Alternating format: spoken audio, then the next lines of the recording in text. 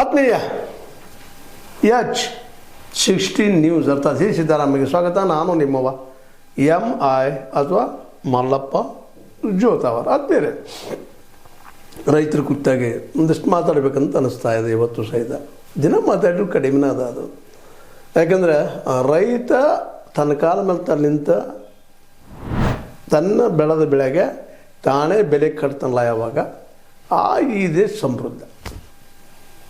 ಈ ದಿಶೆಯಲ್ಲಿ ಸಂಘಟನೆ ಮಾಡಿಕೊಂಡು ರೈತರನ್ನು ಒಂದು ಕಡೆ ತರುವಂಥ ಪ್ರಯತ್ನವನ್ನು ಮಾಡಬೇಕಾಗಿದೆ. ಆ ದಿಶೆಯಲ್ಲೇ ಹಿಂದೆ ನಮ್ಮ ಪ್ರೊಫೆಸರ್ ನಂಜನ ಸ್ವಾಮಿಗಳಾಗಿರ್ಬೋದು, ಬಾಬಾಗೌಡ ಪಾಟೀಲರಾಗಿರ್ಬೋದು, ರುದ್ರಪ್ಪನವರಾಗಿರ್ಬೋದು ಅನೇಕರು ಪ್ರಯತ್ನ ಮಾಡಿದ್ದಾರೆ. ಉತ್ತರದಲ್ಲೇ ನಮ್ಮ ಚರಣಸಿಂಗ್ ಒಂದು ಕೆಲವೇ ದಿನ ಪ್ರೈಮ್ ಮಿನಿಸ್ಟರ್ ಆದರೂ ಪಾಪ ಅವಕಾಶ ಸಿಗಲಿಲ್ಲ. ಚರಣಸಿಂಗನ ಮಗ ಇದ್ದಾರಲ್ಲ ಮಹೇಂದ್ರ ಸಿಂಗ್ ಟಿಕಾಯತ್ತ, ಇವರೆಲ್ಲರೂ ಪ್ರಯತ್ನ ಮಾಡ್ತಾನೆ ಇದ್ದಾರೆ. ಆದರೆ ಸಾಧ್ಯ ಆಗ್ತಾಯಿಲ್ಲ. ಕಾರಣ ವಿಷಯ ಮತ್ತೇನಿಲ್ಲ, ಒಗ್ಗಟ್ಟಿಲ್ಲ.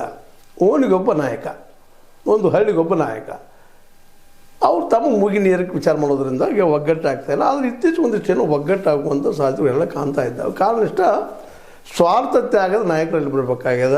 ನನ್ನಿಂದ ಎಲ್ಲ ಅನ್ನುವಂಥ ನಾಯಕರಿಂದ ಇದೆಲ್ಲ ಹೊಲಸಿಡ್ತಾ ಇದೆ.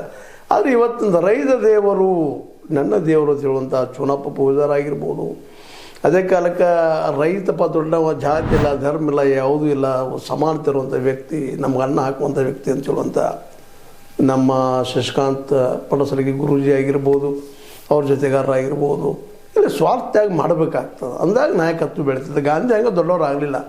ಗಾಂಧೀಜಿಯವ್ರು ಯಾಕೆ ದೊಡ್ಡವರಾದ್ರೆ ತಾವು ಅಧ್ಯಕ್ಷ ಆಗಬೇಕು, ತಾನು ಪ್ರೈಮ್ ಮಿನಿಸ್ಟರ್ ಆಗಬೇಕು, ಎಲ್ಲ ಆಗ್ಬೇಕಂತ ಅನ್ನಲಿಲ್ಲ. ಅಂಥವ್ರನ್ನ ತಾಯಿ ಮಾಡುವಂಥ ಒಂದು ಪ್ರಯತ್ನ ಮಾಡಿದರು. ಇವ್ರಿಗಿಂತ ಒಂದು ಹೆಜ್ಜೆ ಮುಂದೆ ಹೋಗಿ ನಮ್ಮ ನೆಲ್ಸನ್ ಮಂಡೇಲಾ ಹೆಸರಿಗೆ ಹೇಳ್ಬೋದು ನೀವೆಲ್ಲ. ನೆಲ್ಸನ್